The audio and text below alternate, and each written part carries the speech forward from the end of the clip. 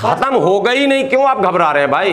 भारत का दलित, भारत का पिछड़ा और भारत का आदिवासी, इतना ही काफ़ी है। और दलित मीन्स होल दलित, मैंने वो दलित को बांटिएगा नहीं कि हिंदू दलित अलग मुस्लिम दलित है। पिछड़ा का मतलब होल पिछड़ा, ठीक है। आदिवासी का मतलब होल, इतना ही काफ़ी है दौड़ाने के लिए। ये जो जितने बाबा अभी आपको दिख रहे हैं ना, ये सब बाबा फरार हो जाएंगे जिस दिन नौज बिल्ला ऐसा हो गया कि संविधान बदला जाएगा। आपको 2 अप्रैल याद नहीं है? कितना अप्रैल था? 2 अप्रैल ना, 2 अप्रैल आपको याद नहीं है? एक हल्का सा ट्रेलर दिखाया गया था, 14 नौजवान उसमें शहीद हुए थे। और उसी दिन सरकार और पार्टी के लोग समझ गए कि ये तो एक झांकी है, अभी तो बहुत कुछ बाकी है।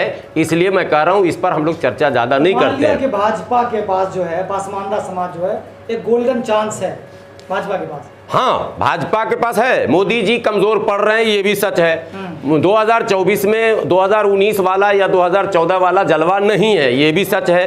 लेकिन अगर पसमानदा को हिस्सेदारी देते हैं तो मैं समझता हूं कि जलवा उनका लौटने वाला, लौटेगा।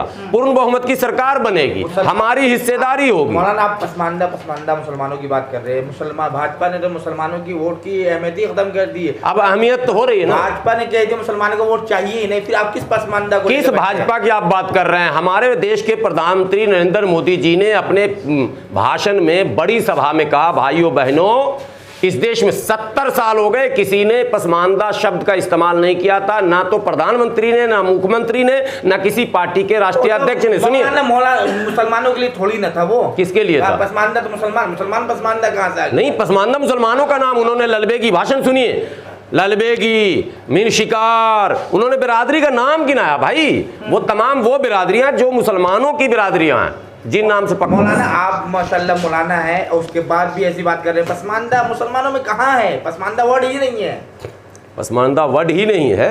अरे आप फिर वही बात कर रहे हैं। ये मुद्दा आज नहीं है मेरे छेड़ने का। अच्छा। हाँ, आप छेड़ना चाह रहे हैं। आज हमारा मुद्दा सिर्फ ये है कि हमारे राष्ट्रीय अध्यक्ष ने आज प्रेस कॉन्फ्रेंस किया था और भागीदारी को लेकर हम लोग मुहिम चला रहे हैं। उस मुहिम को आगे बढ़ाएंगे। बाकी चीज़ें हम बाद में इत्मीनान से करेंगे। हाँ, आपको नहीं लगता कि प्रधानमंत्री पसमानदा के नाम पर मुसलमानों को तोड़ रहे हैं? मैं उनकी नीयत पर अभी कुछ भी नहीं कहूँगा। 2024 का हम भी तो इंतजार कर रहे हैं। हम ज्योतिषी का काम क्यों करें भाई? पहले क्यों बोल रहे हैं कि उन्होंने तोड़ने के लिए वो किया? अगर वो भागीदारी दे दे तो बाकी को जवाब न मिलेगा। भागीदार हैं, दूसरी तरफ पिटवा रहे हैं। नहीं तो कांग्रेस क्या, कांग्रेस ना करती थी? कांग्रेस फिर लिस्ट निकल जाएगा तो नहीं बोल रहे किसी कोई भी पार्टी, कोई कौन सी पार्टी है जिसने दंगा न कराया? अच्छा, हम भागीदारी की बात जब कर रहे हैं, ठीक है, आपने सियासत में हमारे साथ जो किया, नौकरियों में आपने क्या किया? कहाँ पर हम हैं? पीएसी में हैं क्या? बीएमपी में हैं क्या? सीआरपी में हैं क्या? बीएसएफ में हैं क्या? आर्मी में हैं क्या? कहाँ हैं हम? जीआरपी में हैं क्या? कहाँ पर हम हैं? तो हम तो कहीं पर नहीं हैं। तो हमारे साथ सबने भेदभाव किया, इसलिए हमको हिस्सेदारी चाहिए और कुछ नहीं। अभी चुनाव जैसे जैसे करीब आएगा, खबरें इस तरह की रन करती रहेंगी, चलती रहेंगी। लेकिन बसपा 40 सीट मांगे या पूरे 80 पर लड़ जाए, हम लोगों का अपना एक मुहिम है। देखिए, अब तक हम लोग क्या करते थे, जैसे मोदी जी के चाहने वालों को हम लोग क्या कहते थे? अंधभक्त, यही तो कह रहे थे ना। लेकिन धीरे धीरे तजर्बा ये हुआ कि अंधभक्त एक तरफ नहीं है, हर पार्टी में ऐसे अंधभक्त पाए जाते हैं। लेकिन अल्हम्दुलिल्लाह अब हम लोग इन चीज़ों से बहुत ऊपर उठ चुके हैं। अब हमें किसी को 40 सीट मिले या 20 सीट मिले, ना हमें खुश होना है ना हमें रोना है, ठीक है? ना उनकी खुशी में हम हैं ना उनके गम में हम हैं। अब तो मेरा पूछिए, तेरा क्या होगा कालिया? मसला ये है कि मेरे समाज का क्या होगा? कौन है जो मेरे समाज की बात कर रहा है? कौन है जो अनुच्छेद 341 पर मजहबी कैद ख़त्म करने की बात कर रहा है? कौन है जो एट्रोसिटी एक्ट में मुसलमानों के साथ इतना ज़्यादा जुल्म हो रहा है, इतनी ज़्यादतियाँ हो रही हैं, मुसलमानों को की मॉब लिंचिंग हो रही है? और ये बात कान खोल कर सुन लीजिए, चाहे अफराजुल हों, चाहे तबरेज़ अंसारी हों, मुल्क में जितने भी मॉब लिंचिंग हुए हैं, चाहे मजलूम अंसारी हों, 80% पसमानदा के मॉब लिंचिंग हुए हैं, यानी उसमें मारे जाने वाले 80% वही हैं। तो हम तो एट्रोसिटी एक्ट बनाने की बात कर रहे हैं। हम तो सरकार से मांग कर रहे हैं कि प्रिवेंशन ऑफ एट्रोसिटी एक्ट जो 1989 में है, बनाया था आपने, जिसमें SC और ST को आपने शामिल किया, हमें भी उसमें शामिल कर लीजिए। किसी का अधिकार तो उससे मरेगा नहीं, हमारी सुरक्षा की गारंटी हो जाएगी। एक बात हम ये मांग कर रहे हैं कि हमें भागीदारी कौन दे रहा? बहन जी 40 सीट लेंगी तो क्या बगैर पैसे के पसमानदाओं को उसमें 2-4-5 सीट देंगी? अगर ये ऐलान करें तो हम ढोल बजाएं उनके लिए, हम उछले भी, कूदें भी, नाचें भी, गाएं भी। हम क्यों नाचें गाएं भाई? मिले ना मिले, सारी सीट वो हार जाए या सारी सीट। फिर वही बात आ गई ना, आप एक गिना देते हैं पट से, शमशुद्दीन राइन है ना, शमशुद्दीन राइन है तो वो पूरे पसमानदा का हो गया कोटा पूरा। शमशुद्दीन राइन को राज्यसभा भेज दी, हिस्सेदारी मांग है ना, संगठन में आपने रखा। तो आप एजेंट बना रहे हैं, डीलर बना रहे हैं या लीडर बना रहे हैं? ये बताइए आप। अगर शमशुद्दीन राइन को आपने लीडर बनाया होता, आप उनको अगर राज्यसभा में भेज दिए होते, आप उनको अगर लोकसभा का टिकट थमा दिए होते, पिछले विधानसभा में शमशुद्दीन राइन को टिकट दे दिए होते, या शमशुद्दीन राइन साहब की बिरादरी को टिकट दे दिए होते, तब ना हम मानते आपको। आप तो उनको एजेंट के रूप में काम आपने करवाया, वो पैसे वसूलते थे घूम घूम के, पश्चिम यूपी पर भारी और फला पर भारी, इतना भारी हुए कि पैसा पकड़ा गया उनका, ये सब पता ही आपको। ये हिस्सेदारी का मामला नहीं है।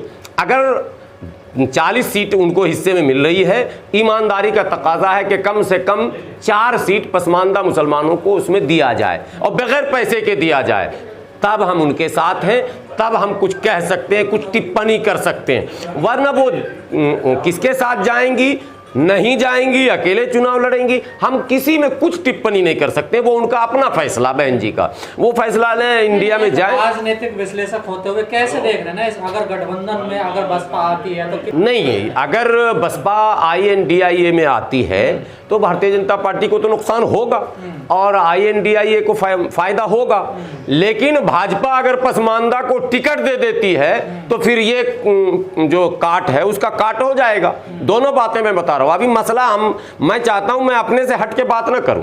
पसमानदा मुसलमानों के हिस्सेदारी का मसला सबसे बड़ा है। अखिलेश यादव उसमें पीछे हो चुके हैं। कांग्रेस पार्टी लगातार जो अपने वार रूम में बैठ के फैसले कर रही है, जो उनके CWC हैं या फिर ऑल इंडिया कांग्रेस कमेटी जो वर्किंग कमेटी है, AICC जिसको कहते हैं, तो CWC और AIC कहीं भी पसमानदा मुसलमान नहीं दिख रहा, कहीं भी हिस्सेदारी नहीं दिख रही है। फिर अब दूसरी जो इनके अलायंस पार्टियां हैं, जब वहां भी हम नहीं दिख रहे हैं, तो हमें चिंता इस बात की है कि ये इंडिया बनाकर और भाजपा को सांप्रदायिक पार्टी कहकर ये अगर चुनाव जीतने की फिराक में है तो इनके टायर को पंक्चर करने का काम पसमानदा मुसलमान 100% करेगा। इसलिए कि सांप्रदायिकता के मुद्दे पर 10 साल बनाम 10 साल हमारे पास रिकॉर्ड है। UPA की सरकार जो 10 साल चली थी, मैं बहुत पीछे लोगों को नहीं ले जाऊंगा, मैं अयोध्या नहीं घुमाऊंगा, मैं मुरादाबाद हाशिमपुरा की बात अभी नहीं करूंगा वरना कांग्रेस कांप जाएगी। मैं तो सिर्फ मनमोहन सिंह जी के 10 साल और नरेंद्र मोदी जी के 10 साल, आइए इसी में मुकाबला कर लेते हैं। उन 10 वर्षों में कितने मुस्लिम नौजवानों की गिरफ्तारी हुई थी टाटा पोटा और आतंकवाद के नाम पर, इन 10 वर्षों में कितने हुए हैं? उन 10 वर्षों में कितने दंगे व फसाद में मुसलमान मारे गए थे, इन 10 वर्षों में कितने मारे गए हैं? उन 10 वर्षों में कितनी नौकरियां मिली थी, इन 10 वर्षों में कितनी नौकरियां मिली? आइए इसी पर बहस कर लेते हैं। मैं कांग्रेस को तो सीधा सीधा दावत दे रहा हूं। इसलिए अब हमें कोई फूल और कोई बागीचा और कोई भूल भुलैया ये सब घुमा उमा के रखने की जरूरत नहीं। सीधी बात, नो बकवास। हिस्सेदारी दो, वोट लो। तो माना जाए पसमानदा मुस्लिम बीजेपी की तरफ जा रहे हैं, माना क्या जाए, फिर हिस्सेदारी के जा रहे हैं। देखिए आग एक्स्ट्रा नहीं लगाइए। अगर भारतीय जनता पार्टी पसमानदा मुसलमानों को हिस्सेदारी के नाम पर टिकट देगी, 100% पसमानदा मुसलमान खड़ा होगा। अगर लफ्ज लगा रहा हूं, अगर उससे पहले के भारतीय जनता पार्टी टिकट का ऐलान करे, अगर कांग्रेस या दूसरी कथित तौर पर सेकुलर पार्टियां पसमानदा मुसलमानों को हिस्सेदारी के नाम पर जोड़ती और बुलाती हैं तो उस पर भी विचार किया जाएगा। इतना सिंपल लॉजिक है बस। जो पार्टी हिंदू मुस्लिम की राजनीति करता हो, कौन पार्टी? भाजपा करती है? नहीं, बिल्कुल नहीं करती है। कैसे नहीं करती है? मैं तो बताता हूं। कांग्रेस पार्टी के प्रस्तावित मुख्यमंत्री मध्य प्रदेश के कमलनाथ 4 बार बाबा बागेश्वर के पैर छू चुके हैं। बाबा बागेश्वर खुले तौर पर कह रहे हैं कि हम देश में हिंदू राष्ट्र बनाएंगे। अब जरा आप बताइए कि भाजपा के प्रदेश अध्यक्ष के पैर छूने या कमलनाथ कांग्रेस के मुख्यमंत्री के? अगर सरकार कांग्रेस की बन गई तो वो तो हिंदू राष्ट्र बनी। हमारा क्या होगा? फिर वही सवाल आएगा, तेरा क्या होगा कालिया। इसीलिए मैं कह रहा हूं मेरे लिए मुद्दा ही नहीं है। आप बाबा बागेश्वर के पैर छुइए, श्री श्री रविशंकर के छुइए, बाबा रामदेव के छुइए, जितने बाबा के छूने छू लीजिए। हम बाबा साहब अम्बेडकर का सम्मान करते हैं, उनके संविधान की बात करते हैं। साबे बाबाओं के बाबा बाबा साहब अम्बेडकर। एक बाबा को आप छोड़ो, चक्रपाणी महाराज बाबा। अरे ये सारे बाबा एक तरफ और हमारे बाबा एक तरफ। बाबा साहब अम्बेडकर ने जो फार्मूला दिया है, हम उसी फार्मूले को आगे बढ़ा रहे हैं। वो फार्मूला है हिस्सेदारी का। जिन बाबा की आप बात कर रहे हैं, आरक्षण क्यों दिया गया था पहले ये बताइए? आरक्षण हिस्सेदारी के लिए दिया गया था ना। बाबा साहब अम्बेडकर ने संविधान में जो रिजर्वेशन की व्यवस्था की। भाजपा तो आरक्षण खत्म करने की बात करती है। अरे कोई ना खत्म करेगा, ये सब ड्रामा। सुनिए, किसी की हिम्मत नहीं, किसी की माँ ने दूध ही नहीं पिलाया है कि इस भारतीय संविधान को कोई खत्म कर दे। ये सारे पॉलिटिकल ड्रामे हैं, हम उस पॉलिटिकल ड्रामे के पार्ट नहीं है। तो मान लिया जाए मौलाना भाजपा में जा रहे हैं, वो तो पत्रकारों को मसाला मिलना चाहिए। अरे भाई, हम कबीरा खड़ा बाजार में सबकी चाहे खैर, ना काहू से दोस्ती ना काहू से बैर। हमारे लिए Congress, Bhajpa, Sapa, Baspa, RJD, JDU, TMC सब एक है जी। ठीक।